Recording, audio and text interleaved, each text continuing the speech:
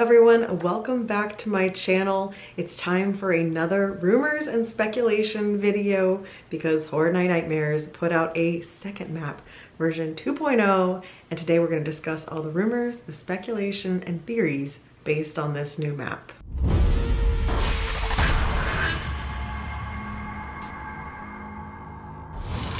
So hello again everyone, we are well underway into rumors season. We have Speculation Map 2.0 from Horror Night Nightmares, and today we're going to discuss it all. But before I get into the video, if you are just stumbling onto my channel, hi, I am Liz.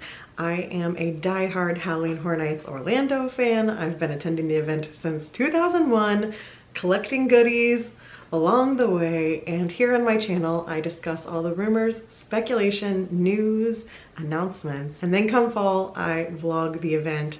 In fact, last year I went a whopping 19 nights. I hit a record 19 nights in the fog. So if you love Halloween Horror Nights Orlando, if you love spooky content, Halloween content, make sure to subscribe. And for all my loyal viewers who are here every single time I post a Horror Nights video, thank you for sticking around. Let's get to the video. So here is the new map that Horror Night Nightmares posted over the weekend, randomly on a Saturday night. We got this image, and I'm gonna go around the park and we're gonna discuss what I think each one of these images mean. Now keep in mind that we are still early in rumor season. We have not had a single house announcement yet, so this is all speculation with maybe a little bit of rumors thrown in there. So this is the kind of rumors floating through the fog and a little bit of my own just experience from the event of what I think is real, what I think may be a red herring. Take it with a grain of salt. Don't get your heart set on anything this early in the year before we have any sort of announcements. Fun to speculate and think about what might be at the event. So without further ado, let's start. At the bottom of the map, we have this symbol, which is very similar to the first rumors map. However, now there are trees added to South America. So the first time around, we just had like Central America, South America, and we talked about the house being Monstruos from Hollywood. I still believe this is going to be Monstruos. However, I believe the trees are hinting at maybe the content of the house. Maybe this is going to be set in a rainforest. I mean, you have a lot of trees there, right? South America is known for their rainforests. So maybe it's still Monstruos, but they're giving us a little hint of some of the content that we could be expecting to see. I'm interested in a rainforest house for sure. Like, I think whenever they do the trees that you have to walk through, it's always scary. There's plenty of places to hide the scare actors. We shall see, but this is two maps in a row with this symbol. It seems to be locked in. I will not be shocked if we see Monstruos at Halloween Horror Nights 33. Now, moving one step up, we have the Bride of Frankenstein's hair with the female gender symbol. Now this is a little different than the last map. The last map, we were talking about classic monsters being Dracula. But this time, we have the Bride of Frankenstein's hair. It has the IP mark. Obviously, if it's Bride of Frankenstein, it's going to be our Universal Classic Monsters house. But now this begs the question, is this a Bride of Frankenstein Lives sequel? Or are they just letting us know it's a Classic Monsters house with a female focus? I personally really enjoyed the Bride Lives house. I wish I had been able to see it without the plexiglass. I think it would have been like so amazing without the plexiglass. Is it time for it to have a sequel already? It seems very soon, especially since we technically had 2 years of that house. I didn't go in 2020, so I didn't see it that iteration of it, but we did have it 2 years in a row. It seems very fresh to have a full Bride of Frankenstein Lives sequel. I know there's been some like rumor swirling. What if we have a house that's all the classic monsters, but they're women, like a gender bent version of the classic monsters? I don't know. After Bride Lives and that original story that they created for that, I would be very interested to see how they would twist a story featuring all female monsters. Next up, we have the Cadillac symbol, which is the same as the last map that we received. Who are you gonna call? It's the Ghostbusters. And I think in my last video, I teased that I thought it was going to be Ghostbusters 1 and 2, and I think I was wrong. I think this is going to be the new movie. I think it's going to be Frozen Empire. I think I got a little confused because of the summer tribute store and parade and nighttime show that they just announced. It's gonna be very Ghostbusters heavy. I was thinking we were gonna get Ghostbusters 1 and 2 as a house, but It sounds like we're getting Ghostbusters Frozen Empire based on the movie that just came out. I haven't seen it yet. I did just watch Afterlife, so I'm prepping. I'm getting my homework ready. I loved Afterlife. I was trying to hold back tears. I just loved it. With how much I loved that movie, I'm hoping I love Frozen Empire just as much, and I'll be excited to see it. I do know that Frozen Empire includes a lot of the original ghosts that we see in Ghostbusters 1. At the very least, I haven't seen enough to know if we see Ghostbusters 2 creatures in there. I'm apprehensive for it. I do think the event needs some sort of headliner. I think it's a little still soon for Ghostbusters to be the headliner since we had it in 2019. That's the IP that's out. That's the new one that's out right now. But how do you guys feel about it being Frozen Empire and not the original movies? Moving up one more spot, we have another IP. This is the same one that was on the original map, it's just in a new location, and that is kind of the mute symbol. And we all seem to agree that we think this is going to be A Quiet Place Day 1. So that is the new movie that's coming out this summer. Now there's been a lot of talk behind the scenes of how do you turn a quiet place into a house. First movies, it's all about being as quiet as possible because the monsters like sense everything through sound. But this new one is like a prequel. It's the day the aliens arrive. So the humans haven't figured out they have to be quiet yet. I still don't know how it's going to translate into a house. The creatures, the aliens in these films seem very hard to replicate as far as a scare actor. I don't know if they'll be puppets or how they'll make that work. We shall see. And unfortunately on this map it has moved to a soundstage instead of a tent, and I just don't know that that house is going to be scenic enough to need a soundstage. But again, like I said, these locations could all be completely wrong. It's a guessing game this early in the season, but also no surprise if they put the IPs up front because the general public come to see the IPs and they're easy access right up front. House number 5 on this list is a piece of candy, which we had a different piece of candy on the last map, but still candy. I still believe this is going to be a Sweets Revenge house. So we had the Sweets Revenge scare zone a couple years ago, and now I believe we are seeing Major Sweets, the candy factory, come to life in a haunted house. We've had this trend recently of seeing scare zones turn into houses, so I do think this one could be an actual rumor. I do think this could be happening. I think there's enough story in this scare zone to have it turn into a house and have a lot of potential for scares. In my recollection, I don't remember ever having any sort of candy factory style house, and if you're an original Willy Wonka fan, I feel like that movie is a little terrifying, and I feel like that's what this could turn into. It's like their own spin on a evil candy factory and what happens if you break into the candy factory and find out its secrets. So yeah, I'm here for it. As far as scare zones turning into houses, I think this one has a lot of potential. For the Fast and the Furious Q spot, we have Unknown Original.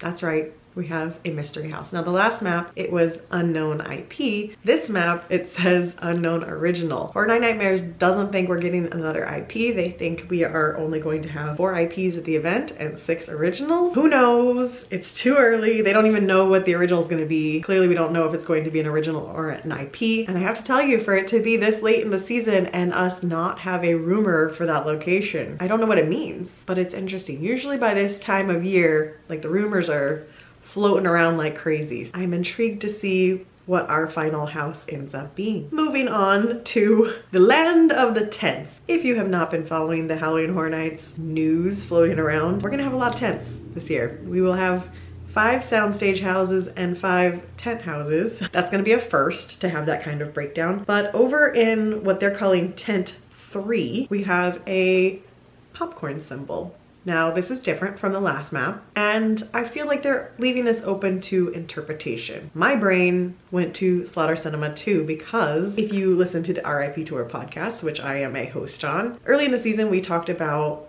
our wish list for the year. What would we like to see at the event? And I put Slaughter Sinema 2 as one of the houses on my wish list. So of course I see a popcorn bucket. That's what I'm hoping to see. I want to see brand new B movies from the 80s. I just want them to create all these crazy movie ideas just like they did for Slaughter Sinema 1. One of my favorite houses. It was a blast, and I really hope we're going to see a sequel. Now as fans, I'm sure a lot of us saw that popcorn bucket and we're like, the usher? Is it you? Are we going to go back to the Palace Theater and have an Usher sequel? Is the Usher the icon this year? However, I think realistically, they're not going to do 2 icon years back to back at this phase of the event. I think we were blessed to have an icon last year with Dr. Oddfellow. I don't think it's going to be an every year occurrence like in the past. So I don't think this is the Usher returning. However, if it is, I'll be stoked. 2009 was the Usher's year. That was a long time ago. I know a lot of people in the community didn't get to experience his year. I could see him back having another year as icon. I just don't know